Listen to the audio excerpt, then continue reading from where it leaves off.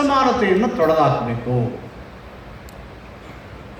ಸ್ಥಿರ ಅಭಿವೃದ್ಧಿಯ ಕಡೆಗೆ ಹೆಜ್ಜೆ ಇಡಬೇಕು ಅನ್ನುವಂಥ ಮಾತನ್ನು ಹೇಳಿದ್ದಾರೆ. ಅಂದರೆ ಬಾಬಾ ಸಾಹೇಬ್ ಅಂಬೇಡ್ಕರನ್ನು ಕುರಿತು ಆ ಮಾತು ಹೇಳಬೇಕಾದ್ರೆ ಈ ಅಭಿಯಾನದ ಮೂಲ ಉದ್ದೇಶಗಳು ಇಲ್ಲಿ ನೆರೆದಿರ್ತಕ್ಕಂಥ ಹೋರಾಟಗಾರರು, ಸಾಹಿತಿಗಳು, ಚಿಂತಕರು, ಮಹಿಳೆಯರು, ಪತ್ರಿಕೋದ್ಯಮಗಳು ಎಲ್ಲರಿಗೂ ವಿಷಯ ಅರ್ಥ ಆಗಿರಬೇಕು ಅಂತ ಹೇಳಿದ್ದಾರೆ. ಒಬಾಮ ಅವರು ಅಮೆರಿಕಕ್ಕೆ ಬಂದಾಗ ಸಂಸತ್ತಿನ 2 ಅಧಿವೇಶನಗಳನ್ನು ಉದ್ದೇಶಿಸಿ ಮಾತಾಡಿದ್ದು ಬಾಬಾ ಸಾಹೇಬ್ ಅಂಬೇಡ್ಕರ್ ಅವರು ದಲಿತರಾಗಿದ್ದನ್ನು ಕಷ್ಟಪಟ್ಟು ಪರಿಶ್ರಮದಿಂದ ಆಳವಾದ ಅಧ್ಯಯನ ಮಾಡಿ ಭಾರತ ದೇಶದ 125 ಕೋಟಿ ಜನರ ಹಕ್ಕನ್ನು ರಕ್ಷಣೆ ಮಾಡತಕ್ಕಂಥ ಪ್ರಪಂಚದಲ್ಲಿ ಶ್ರೇಷ್ಠ ಸಂವಿಧಾನವನ್ನು ಕೊಟ್ಟಿದ್ದಾರೆ. That means to say Ambedkar is something different. ನಮಗೆಲ್ಲ ಖುಷಿ, ಬಾಬಾ ಸಾಹೇಬರು ಮಹಾರ್ ಜಾತಿನಲ್ಲಿ ಹುಟ್ಟಿದ್ರು, ನಾವೆಲ್ಲ ಮಹಾರ್ ಜಾತಿಗೆ ಸೇರಿದ್ರು, ನಮ್ಮ ಜಾತಿಯವರು ಅಂತ ಖುಷಿ.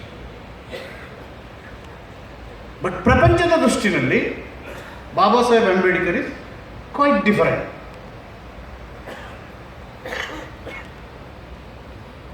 ಎರಡು ಪ್ರಮುಖವಾದ ಘಟನೆಗಳು ನಮ್ಮ ದೇಶದಲ್ಲಿ ನಡೆದಿರ್ತಕ್ಕಂಥದ್ದು. ಗಾಂಧೀಜಿಯನ್ನು ಡರ್ಬನ್ನಲ್ಲಿ ರೈಲಿನಿಂದ ಕೆಳಗೆ ಆಚೆ ನೂಕಿದ್ದು, ಬಾಬಾ ಸಾಹೇಬ್ ಅಂಬೇಡ್ಕರನ್ನು ಕುದುರೆ ಗಾಡಿಯಿಂದ ದಲಿತರು ಅಂತ ಗೊತ್ತಾದಾಗ ಹೊರಗಡೆ ಬೀಸಾಕಿದ್ದು. 2 ಘಟನೆಗಳು ಇಂಥ ಒಂದು ಕ್ರಾಂತಿಕಾರಕ ಬದಲಾವಣೆಗಳು, ಹೋರಾಟಗಳಿಗೆ ಮೂಲ ಪ್ರೇರೇಪಣೆ ಕಾರಣಗಳು ಭಾರತ ದೇಶದಲ್ಲಿ.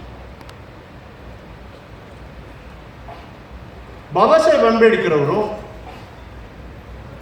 ವರ್ಣಾಶ್ರ ಧರ್ಮ ಮತ್ತು ಜಾತಿ ಆಧಾರಿತ ಸಮಾಜದಲ್ಲಿ ತಳ ಸಮುದಾಯದ ಜನಗಳ ಮೇಲೆ ಏರಿರ್ತಕ್ಕಂಥ ಆರ್ಥಿಕ, ಸಾಮಾಜಿಕ, ಧಾರ್ಮಿಕ ವಿಧಿಗಳನ್ನು ಪ್ರಶ್ನೆ ಮಾಡಲಿಕ್ಕೆ ಶುರು ಮಾಡಿದ್ರು.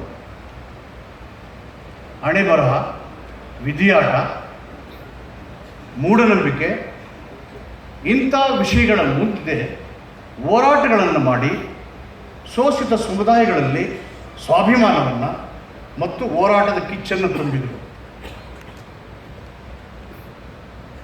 ಅನೇಕ ವಿಷಯಗಳನ್ನು ನಮ್ಮ ಹಿರಿಯ ನಾಯಕರು, ಚಿಂತಕರು, ಸಾಹಿತಿಗಳು ಇಲ್ಲಿ ಪ್ರಸ್ತಾಪ ಮಾಡಿದರು. ದೇಶದ ಆರ್ಥಿಕ ವ್ಯವಸ್ಥೆಯನ್ನು ಸಮರ್ಪಕವಾಗಿ ನಿರ್ವಹಣೆ ಮಾಡಿ ಸಮಾನತೆ, ಸಮಪಾಲಿನ ಆಡಳಿತವನ್ನು ಕೊಡಲಿಕ್ಕೆ ರಿಸರ್ವ್ ಬ್ಯಾಂಕ್ನ ಸ್ಥಾಪನೆ ಮಾಡಿದವರು ಬಾಬಾ ಸಾಹೇಬ್ ಅಂಬೇಡ್ಕರ್ ಅವರು. ದೇಶದ ಆರ್ಥಿಕ ವ್ಯವಸ್ಥೆಯನ್ನು ನಿರ್ವಹಣೆ ಮಾಡಲಿಕ್ಕೆ ಪರಿಣಾಮಕಾರಿಯಾಗಿ, ದೇಶದ ನೀರನ್ನು ಸಮರ್ಪಕವಾಗಿ ಬಳಸಿಕೊಳ್ಳಲಿಕ್ಕೆ ಬಾಕ್ರಾನಂಗಲ್ ಮತ್ತು ಹಿರಾಕೂಡ್ ಅಣೆಕಟ್ಟೆಗಳನ್ನು ಕಟ್ಟಿ ನೀರಿನ ಸಂಗ್ರಹ ಮಾಡಿ ನಮ್ಮ ದೇಶದ ಮೂಲ ಕಸುಬಾದಂಥ ವ್ಯವಸಾಯ ಮತ್ತು ಅದರ ಅಭಿವೃದ್ಧಿಯನ್ನು, ಆರ್ಥಿಕ ಬೆಳವಣಿಗೆಯನ್ನು, ಉದ್ಯೋಗವನ್ನು, ಗ್ರಾಮೀಣ ಆರ್ಥಿಕ ಬದುಕನ್ನು ಸಮರ್ಪಕವಾಗಿ ಬದಲಾವಣೆ ಮಾಡಲಿಕ್ಕೆ, ನೀರಿನ ಸಮರ್ಥ ಬಳಕೆಗೆ ಅವರು ಆಲೋಚನೆಗಳನ್ನು ಕೈಗೊಂಡು ಇಂಥ ಕೆಲಸವನ್ನು ಮಾಡಿದರು. ಭಾರತ ದೇಶದಲ್ಲಿ ಕೋಆಪರೇಟಿವ್ ಫಾರ್ಮಿಂಗ್, ಸಹಕಾರದ ಮೂಲಕ ನಾವು ಹೇಗೆ ವ್ಯವಸಾಯ ಪದ್ಧತಿಗಳನ್ನು ಮಾಡಬೇಕು, ದೇಶದ ಭೂಮಿ ಹೇಗೆ ರಾಜ್ಯದ ಸೊತ್ತಾಗಬೇಕು, ಇವೆಲ್ಲವನ್ನು ಕೂಡ ಅವರು ಹೇಳಿದ್ದಾರೆ. ಸನಾತನವಾದಿಗಳು ವಿಮೋಚನೆ, ಸಮಾನತೆ, ಸ್ವಾಭಿಮಾನ ಮತ್ತು ಸ್ವಾತಂತ್ರ್ಯವನ್ನು ಬಯಸಿದಂಥ ಯಾವುದೇ ಜಾತಿ ಧರ್ಮದಿಂದ ಬಂದ ಮಹಿಳೆಯರಿಗೆ ಕೊಡ್ತಕ್ಕಂಥ ಪ್ರಯತ್ನಕ್ಕೆ ಅಂದಿನ ಸನಾತನವಾದಿಗಳು ಹಿಂದೂ ಕೋಡನ್ನು, ಬಿಲ್ಲನ್ನು ತಿರಸ್ಕಾರ ಮಾಡಿದಾಗ ಬಾಬಾ ಸಾಹೇಬ್ ಅಂಬೇಡ್ಕರ್ ಅವರು ತನ್ನ ಕಾನೂನು ಸಚಿವ ಪದವಿಗೆ ರಾಜೀನಾಮೆ ಕೊಟ್ಟಿದ್ದಾರೆ. ಅಂದರೆ ನಮ್ಮ ದೇಶದ 50% ಮಹಿಳೆಯರು ಸುಮ್ಮನೆ ಇದ್ದಾರೆ. ದೇವಸ್ಥಾನಕ್ಕೆ ಹೋಗಬೇಡಿ ಅಂತ ಹೇಳಿದ್ರು ಆಚೆ ನಿಂತಿರ್ತಾರೆ. ನೀವು ಮೊದಲೇ ಸೈಕಲ್ ಆದಾಗ ನೀವು ಅಡುಗೆ ಮನೆಗೆ ಹೋಗ್ಬೇಡಿದ್ರು ಸುಮ್ಮನೆ ಇದ್ದೀರಿ.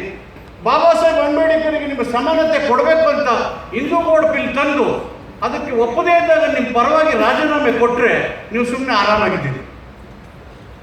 ಈ ಅಭಿಯಾನ ಮಾಡೋದ ಉದ್ದೇಶ ಆದ್ರೆ ಏನು? Is Baba Saheb Ambedkar is confined to only reservation? Is ಈ confined only to remove untouchability? ಪ್ರಭುತ್ವ ಮತ್ತು ಅಲ್ಪಸಂಖ್ಯಾತರು, ಪ್ರಭುತ್ವ ಮತ್ತು ಅಲ್ಪಸಂಖ್ಯಾತರು, ಚಳುವಳಿ ಮತ್ತು ಪ್ರತಿ ಚಳುವಳಿ, elimination of caste, Hindu code bill, ಈ ಅಭಿಯಾನದಲ್ಲಿ ಚರ್ಚೆ ಮಾಡತಕ್ಕಂಥ ವಿಷಯಗಳು ಇದು ಯಾರ್ಯಾರಿಗೆ ಸೇರಿದ್ದು? ದೇಶದ ಸಮಗ್ರ ಜನತೆಗೆ ಸೇರತಕ್ಕಂಥ ವಿಷಯಗಳು, ದೇಶದ ಸಮಸ್ತ ನಾಗರಿಕರಿಗೆ ಸೇರಿರ್ತಕ್ಕಂಥ ವಿಷಯಗಳು. ಪ್ರಖ್ಯಾತ ವಿಶ್ವವಿದ್ಯಾಲಯಗಳಲ್ಲಿ ಆಳವಾದ ಮತ್ತು ಪರಿಶ್ರಮದ ಅಧ್ಯಯನ ಮಾಡಿ ಸಂಶೋಧನೆ ಮಾಡಿದ್ರು ಬಾಬಾ ಸಾಹೇಬ್ ಅಂಬೇಡ್ಕರ್ ಅವರು. ಸಂಶೋಧನೆ ಏನು ಅವರಿಗೆ ಮಾಡಿದ್ದು? Is a diplomat, is a jurisprudent, is an administrator, is an economist, is an historian, is a philosopher. ಯಾವ ವಿಷಯದಲ್ಲಿ ಅವ್ರಿಗೆ ಗೊತ್ತಿಲ್ಲ, ಅವರು ತಿಳಿದಿರೋ ವಿಷಯ ಏನು? ಆ ಕಾರಣಕ್ಕೇನೆ ಅಮರ್ತ್ಯ ಸೇನ್ ಹೇಳಿದ್ದು Ambedkar is my father of economics. Poverty and famine ಬಗ್ಗೆ ಅವರು ಪುಸ್ತಕ ಬರೆದ್ರು, ಅರ್ಥಶಾಸ್ತ್ರದಲ್ಲಿ ನೋಬೆಲ್ ಪ್ರಶಸ್ತಿಯನ್ನು ಪಡೆದರು. ಬಡತನ ಮತ್ತು ಬರಹವನ್ನು ನಿರ್ವಹಣೆ ಮಾಡ್ತಕ್ಕಂಥ ಯಾವ ಆರ್ಥಿಕ ನೀತಿಗಳನ್ನು ನಾವು ಅಳವಡಿಸಬೇಕಂತ ಬರೆದ ಪುಸ್ತಕ ಅವರಿಗೆ ನೋಬೆಲ್ ಪ್ರೈಸ್ ಸಿಕ್ಕಾಗ ನಿಮ್ಗೆ ಏನು ಪ್ರೇರಣೆ ಅಂತ ಕವಿ ಸಿದ್ಲಿಂಗಯ್ಯನವರು ಹೇಳಿದರೆ, Ambedkar is my father of economics ಅಂತ ಹೇಳ್ತಾರೆ. ಪ್ರತಿಭಾ ಪಾಟೀಲ್ ಪ್ರೆಸಿಡೆಂಟ್ ಆದಾಗ ಪ್ರಮಾಣ ವಚನ ಸ್ವೀಕಾರ ಮಾಡಿದಾಗ I have been inspired by Baba Saheb Ambedkar ಅಂತೇಳಿ ರಾಷ್ಟ್ರಪತಿ ಆದವರು. I have been inspired by Baba Saheb Ambedkar ಅಂತೇಳಿ.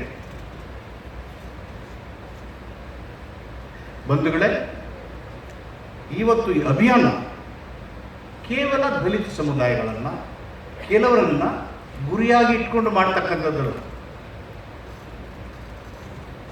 ಬಾಬಾ ಸಾಹೇಬ್ ಅಂಬೇಡ್ಕರು ತನ್ನ ಹೋರಾಟಗಳಿಗೆ, ಜನಪರವಾದ ನಿಲುವುಗಳಿಗೆ, ತನ್ನ ಅಮೂಲ್ಯವಾದ ಕೊಡುಗೆಗಳಿಗೆ ಸರಿಯಾದಂಥ ಪ್ರಚಾರ ಪ್ರಾಮುಖ್ಯತೆ ಸಿಕ್ಕದೇ ಇದ್ದಾಗ ತಾನೇ ಸ್ವತಃ ಪತ್ರಿಕೆಯನ್ನು ಪ್ರಾರಂಭ ಮಾಡ್ತಾರೆ. Mooknayak,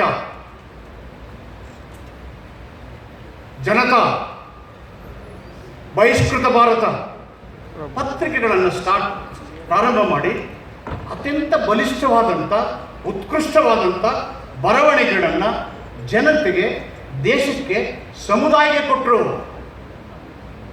He explained the role of the media in strengthening the democracy. Baba Sahib explained the role of media in strengthening the democracy. ಸ್ವತಃ ಅವರೇ ಬರೆದರು. ತನ್ನ ಪ್ರಾಮುಖ್ಯತೆ, ಶೂದ್ರ, ದಲಿತ ಅನ್ನೋ ಕಾರಣಕ್ಕೆ ಅವರಿಗೆ ಪ್ರಾಮುಖ್ಯತೆ ಸಿಗಲಿಲ್ಲ, ಆ ಪ್ರಾಶಸ್ತ್ಯ ಕೊಡಲಿಲ್ಲ. ಈ ದೇಶದ ಮಾಧ್ಯಮಗಳು ಸ್ವತಃ ತಾನೇ ಪ್ರಾರಂಭ ಮಾಡಿದ್ರು. ಬಹಿಷ್ಕೃತ ಭಾರತ, ಮೂಕನಾಯಕ, ಜನತೆ ಅಂತೇಳಿ ಸಮುದಾಯಗಳಿಗೆ, ಜನತೆಗೆ ಮತ್ತು ದೇಶಕ್ಕೆ ಅಮೂಲಾಗ್ರವಾಗಿರ್ತಕ್ಕಂಥ ವಿಷಯಗಳನ್ನು ಕೊಟ್ಟರು ಅವರು. ಸ್ವತಃ 1956ರಲ್ಲಿ ಅವರು ಹಿಂದೂ ಧರ್ಮವನ್ನು ತ್ಯಜಿಸಿ ಬೌದ್ಧ ಧರ್ಮಕ್ಕೆ ಹೋದರು. ಕಾರಣ, ಹಿಂದೂ ಧರ್ಮದಲ್ಲಿ ಸುಧಾರಣೆ ಮಾಡ್ತಕ್ಕಂಥ ಅನೇಕ ಪ್ರಯತ್ನಗಳನ್ನು ಮಾಡಿದ್ರು. ಜಾತಿ ಮತ್ತು ಧರ್ಮ ಆಧಾರಿತ ಮರದ ಬೇರುಗಳನ್ನು ಕೊಡಲಿಯಿಂದ ಕೊಚ್ಚಿ ಅದನ್ನು ಬೆಳೆಸಬೇಕು ಅಂತಕ್ಕಂಥ ಪ್ರಯತ್ನವನ್ನು ಮಾಡಿದ್ರು. ಆ ಪ್ರಯತ್ನದಲ್ಲಿ ಯಶಸ್ವಿ ಆಗದೇ ಇದ್ದಾಗ ಈ ಕೊಡಲಿಯಿಂದ ಏನೂ ಉಪಯೋಗ ಇಲ್ಲ, ಈ ಮರದಿಂದ ನನಗೆ ರಕ್ಷಣೆ ಸಿಗೋದಿಲ್ಲ ಅಂತೇಳಿ 1956ರಲ್ಲಿ ಬೌದ್ಧ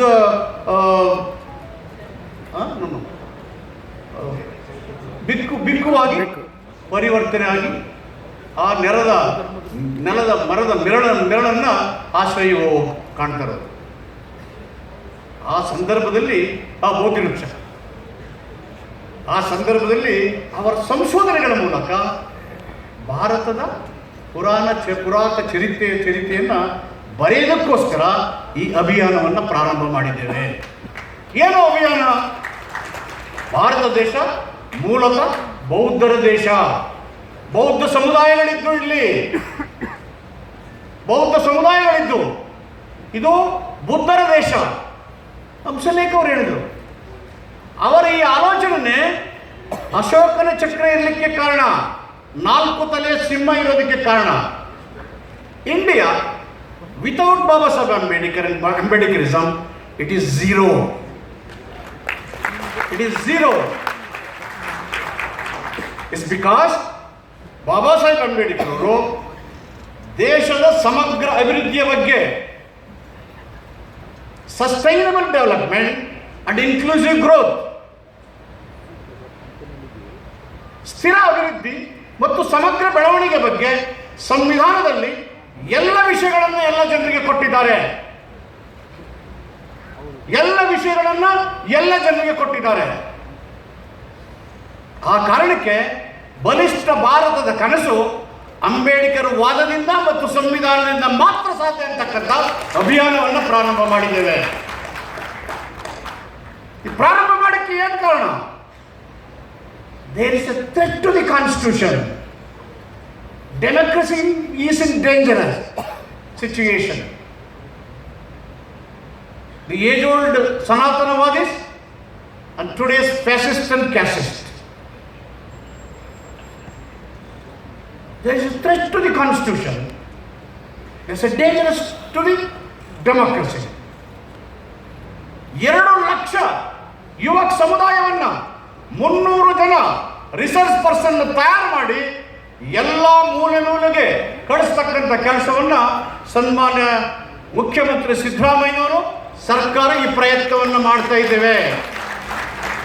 ಈ ಅಭಿಯಾನ ನಮ್ಮ ಸರ್ಕಾರದ ಗ್ಲೋರಿಫೈಗೋಸ್ಕರ ಮಾಡ್ತಕ್ಕಂಥದ್ದಲ್ಲ.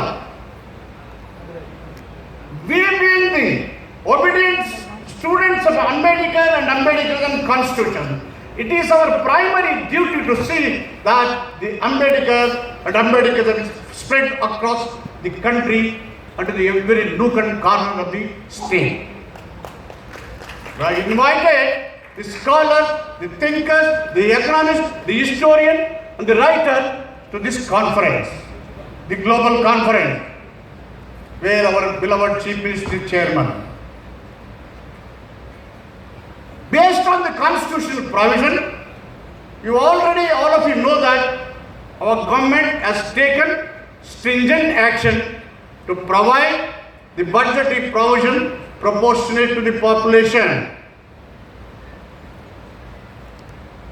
No state has done such a wonderful decision. We should compliment the Chief Minister, Mr. Siddaramaiah, who is really a champion of downtrodden section. He will not hesitate to say that I belongs to Ayinda group. I will work for Ayinda. The whole intention and spirit of the constitution is to uplift the downtrodden. That is the reason why he is fair enough to speak like this. He is being empowered by the constitution and its provision.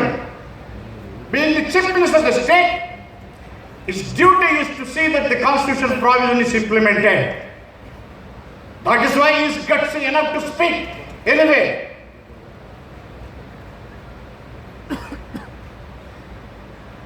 That's why he is gutsy enough to speak on Ambedkarism, on constitution, on democracy, and what not. ಇಂಥ ಒಂದು ಮಹತ್ತರವಾದಂಥ ವಿಷಯಗಳ ಮೂಲಕ ನಮಗೆ ಭಯ ಹುಟ್ಟಿಸ್ತಕ್ಕಂಥ ಕೋಮು ಶಕ್ತಿಗಳನ್ನು, ಜಾತಿವಾದಿಗಳನ್ನು ವಿನಾಶಕ್ಕಾಗಿ ಹೋರಾಟ ಮಾಡಿದಂಥ ಬಾಬಾ ಸಾಹೇಬ್ ಅಂಬೇಡ್ಕರ್ ವಿಚಾರಧಾರೆಯನ್ನು ರಾಜ್ಯದ ಮೂಲೆಗೆ ಕೊಂಡೊಯ್ಯತಕ್ಕಂಥ ಪ್ರಯತ್ನವನ್ನು ಮಾಡದೆ ಹೋದರೆ ಮುಂದೊಂದು ದಿನ ಧರ್ಮ ಆಧಾರಿತ ಸಂಸತ್ತು ನಮ್ಮನ್ನು ಆಳಬಹುದು. 1947ನಲ್ಲಿ ಬಾಬಾ ಸಾಹೇಬ್ ಅಂಬೇಡ್ಕರ್ ಕೊಟ್ಟಂತ ಸಂವಿಧಾನವನ್ನು ಒಪ್ಪಲಿಕ್ಕೆ ಸಿದ್ಧ ಇರಲ್ಲ ದೇಶದ ಒಂದು ಭಾಗ ಅಂದಿನ Jana Sangh. Return constitution of Jana Sangh in the year 1947. ಅಂತ ಒಂದು ವ್ಯವಸ್ಥೆ ಇವತ್ತು ದೇಶದಲ್ಲಿದೆ. ಸಂವಿಧಾನಕ್ಕೆ ಮತ್ತು ಪ್ರಜಾಪ್ರಭುತ್ವಕ್ಕೆ ಧಕ್ಕೆಯನ್ನು ಉಂಟು ಮಾಡತಕ್ಕಂಥ ಪ್ರಯತ್ನಗಳು ನಡೀತಾ ಇದ್ದಾವೆ. ದಿನಕ್ಕೊಂದು ಸವಾಲನ್ನು ಎದುರಿಸ್ತಕ್ಕಂಥ ಒಬ್ಬ ಪ್ರಾಮಾಣಿಕ ರಾಜಕಾರಣಿಯಾಗಿ ಮುಖ್ಯಮಂತ್ರಿಯಾಗಿ ಸರ್ಕಾರ ನಡೆಸತಕ್ಕಂಥ ಸಿದ್ದರಾಮಯ್ಯನವರಿಗೆ ಅಪಪ್ರಚಾರ ಭಯಗಳನ್ನು ಉಂಟಾಗ್ತಾ ಇದ್ದಾರೆ. ಇಂಥ ಸನ್ನಿವೇಶದಲ್ಲಿ ಬಾಬಾ ಸಾಹೇಬ್ ಅಂಬೇಡ್ಕರ್ ಅವರ 2 ದಿನಗಳ ಈ ಒಂದು ಸೆಮಿನಾರ್ 4 ಪ್ರಮುಖವಾದಂಥ ವಿಷಯಗಳ ಮೇಲೆ ಅದರ ಮಂಡನೆ ಮುಖಾಂತರ ಚರ್ಚೆ ಮಾಡಿ ಭಾರತ ದೇಶದ ಅಮೂಲಾಗ್ರವಾದಂಥ ಬದಲಾವಣೆ ಮತ್ತು ಬೆಳವಣಿಗೆಗೆ, ಪ್ರಜಾಪ್ರಭುತ್ವದ ಪುನರ್ಬಲ ಪ್ರತಿಷ್ಠಾಪನೆಗೆ, ಸಂವಿಧಾನದ ಸಂರಕ್ಷಣೆಗೆ ಇಂಥ ಒಂದು ಅಭಿಯಾನ ಅತ್ಯಂತ ಅವಶ್ಯ ಅಂತಕ್ಕಂಥದ್ದನ್ನು ತಮ್ಮ ಗಮನಕ್ಕೆ ತಂದು ಸನ್ಮಾನ್ಯ ಸಿದ್ದರಾಮಯ್ಯನವರ ನೇತೃತ್ವದ ಸರ್ಕಾರ ಹಲವಾರು ಶೋಷಿತ ಸಮುದಾಯಗಳ ಪರವಾದಂಥ ರಾಜ್ಯಾಂಗಬದ್ಧ ವಿಷಯಗಳನ್ನು ಚಾಚೂ ತಪ್ಪದೆ ಜಾರಿ ಮಾಡಿ ಸಂವಿಧಾನದ ಆಶಯಕ್ಕೆ ಅನುಗುಣವಾಗಿ ಆಡಳಿತವನ್ನು ನಡೆಸ್ತಾ ಇದ್ದೇವೆ. ಬಾಬಾ ಸಾಹೇಬ್ ಅಂಬೇಡ್ಕರ್ ಹೇಳಿದರು, ದೇಶದಲ್ಲಿ ಎಲ್ಲ ನಮ್ಮ ಸಂವಿಧಾನ ಚೆನ್ನಾಗಿದೆ ಅಂತ ಹೇಳಿ ಅದನ್ನು ಕೇಳೋಕ್ಕೆ ನನಗೆ ಸಂತೋಷ ಆಗ್ತಾ ಇದೆ ಅಂತ. ಆದರೆ ನನಗೆ ಖಾತೆ ಇಲ್ಲ ನನ್ನ ಸಂವಿಧಾನದ ಆಶಯಗಳು ಜಾರಿ ಆಗ್ತವೆ ಅಂತ ತಿಳ್ಕೊಳ್ಳಿಕ್ಕೆ. ಕಾರಣ, ಸಂವಿಧಾನದ ಆಶಯಗಳನ್ನು ಜಾರಿ ಮಾಡೋ ಜಾಗದಲ್ಲಿ ಅದರ ವಿರೋಧಿಗಳೇ ಕೂತಿದ್ದಾರೆ ಅಂತಕ್ಕಂಥ ಮಾತನ್ನು ಹೇಳಿದರು. ಆದರೆ ಕರ್ನಾಟಕ ರಾಜ್ಯದಲ್ಲಿ ಸಂವಿಧಾನದ ಆಶಯಗಳನ್ನು ಜಾರಿ ಮಾಡತಕ್ಕಂಥ ಎಲ್ಲ ಪ್ರಯತ್ನಗಳನ್ನು ನಮ್ಮ ದಲಿತ ಸಂಘಟನೆಯ ಹೋರಾಟದ ಎಲ್ಲ ಮುಖಂಡರ ಸಹಕಾರ, ಚಳುವಳಿಗಾರರು, ಚಿಂತಕರು, ಬರಹಗಾರರು ಇವರೆಲ್ಲರ ಬೆಂಬಲದಿಂದ, ಆಶೀರ್ವಾದದಿಂದ ಇಂಥ ಒಂದು ಕೆಲಸವನ್ನು ಮಾಡಲಿಕ್ಕೆ ಸನ್ಮಾನ್ಯ ಮುಖ್ಯಮಂತ್ರಿಗಳಿಗೆ, ನಮ್ಮ ಸರ್ಕಾರಕ್ಕೆ ಸಾಧ್ಯ ಆಗಿದೆ. ಇವೆಲ್ಲವನ್ನು ಮನಗಂಡು ಬಾಬಾ ಸಾಹೇಬ್ ಅಂಬೇಡ್ಕರ್ ಅವರು ಒಬ್ಬ ಅಪ್ರತಿಮ ಮಾನವ ಹಕ್ಕುಗಳ ಹೋರಾಟಗಾರ, ಬೌದ್ಧ ಧರ್ಮವನ್ನು ಪುನಃಸ್ಥಾಪನೆ ಮಾಡತಕ್ಕಂಥ ಪ್ರಯತ್ನ, ವಿಶ್ವ ಸಹೋದರತ್ವವನ್ನು ಪ್ರತಿಪಾದನೆ ಮಾಡಿದಂಥ ಒಂದು ಪ್ರಯತ್ನ ಅಂತಕ್ಕಂಥ ವಿಷಯಗಳನ್ನು ದೇಶದ ಉದ್ದಗಲಕ್ಕೂ ಕರ್ನಾಟಕ ರಾಜ್ಯದಲ್ಲಿ ಜಾಗತಿಕ ಮಟ್ಟದ ಬಾಬಾ ಸಾಹೇಬ್ ಅಂಬೇಡ್ಕರ್ ಅವರ 125ನೇ ಜನ್ಮ ದಿನಾಚರಣೆಯನ್ನು ಸರ್ಕಾರದ ವತಿಯಿಂದಲೇ ಸಿದ್ದರಾಮಯ್ಯರ ಅಧ್ಯಕ್ಷತೆ ನಡೆಸುವುದರ ಮುಖಾಂತರ ಕರ್ನಾಟಕ ಮತ್ತೊಮ್ಮೆ ಬಾಬಾ ಸಾಹೇಬ್ ಅಂಬೇಡ್ಕರ್ ಹೋರಾಟಗಳನ್ನು, ಅವರ ಕನಸುಗಳನ್ನು, ಸಮಾಜದ ನಿರ್ಮಾಣವನ್ನು, ಜಾತ್ಯತೀತ ರಾಷ್ಟ್ರವನ್ನು, ಪ್ರಜಾಪ್ರಭುತ್ವದ ಯಶಸ್ವಿಯನ್ನು ಕಾಣಲಿಕ್ಕೆ ಪ್ರಯತ್ನವನ್ನು ಮಾಡಿ ರಾಜ್ಯದ ಪ್ರತಿಯೊಂದು ಮನೆಯಲ್ಲಿ ಅಂಬೇಡ್ಕರ್ ವಾದ ಮುಳುಗುವಂತೆ ಸಂವಿಧಾನದ ಆಶಯಗಳ ಆಚರಣೆಗೆ ಒತ್ತಾಯಗಳನ್ನು ಮಾಡ್ತಕ್ಕಂಥ ಕಾರ್ಯಕ್ರಮ ಆಗಲಿ ಅಂತ ಹೇಳಿ ಈ ಕಾರ್ಯಕ್ರಮದಲ್ಲಿ ಬಂದು ನಾನು ಮಾತಾಡ್ತಕ್ಕಂಥ ಅವಕಾಶವನ್ನು ಕಲ್ಪಿಸಿಕೊಟ್ಟಂಥ ಇಲಾಖೆಯ ಎಲ್ಲ ಸಂಬಂಧಪಟ್ಟವರಿಗೆ, ನನ್ನ ಮಾತನ್ನು ಕೇಳಿದ ತಮ್ಮಗಳಿಗೆ ಧನ್ಯವಾದಗಳನ್ನು ಹೇಳಿ ನನ್ನ ಮಾತನ್ನು ಮುಕ್ತಾಯ ಮಾಡ್ತೀನಿ. ಜೈ ಭೀಮ್. ಸರ್ ನಮಸ್ಕಾರ. ಜಗತ್ ಜ್ಞಾನಿ ಅಂಬೇಡ್ಕರ್ ಅವರ ಐತಿಹಾಸಿಕದ ಅನೇಕ ಮಹತ್ವದ ಘಟ್ಟಗಳನ್ನು ಅತ್ಯಂತ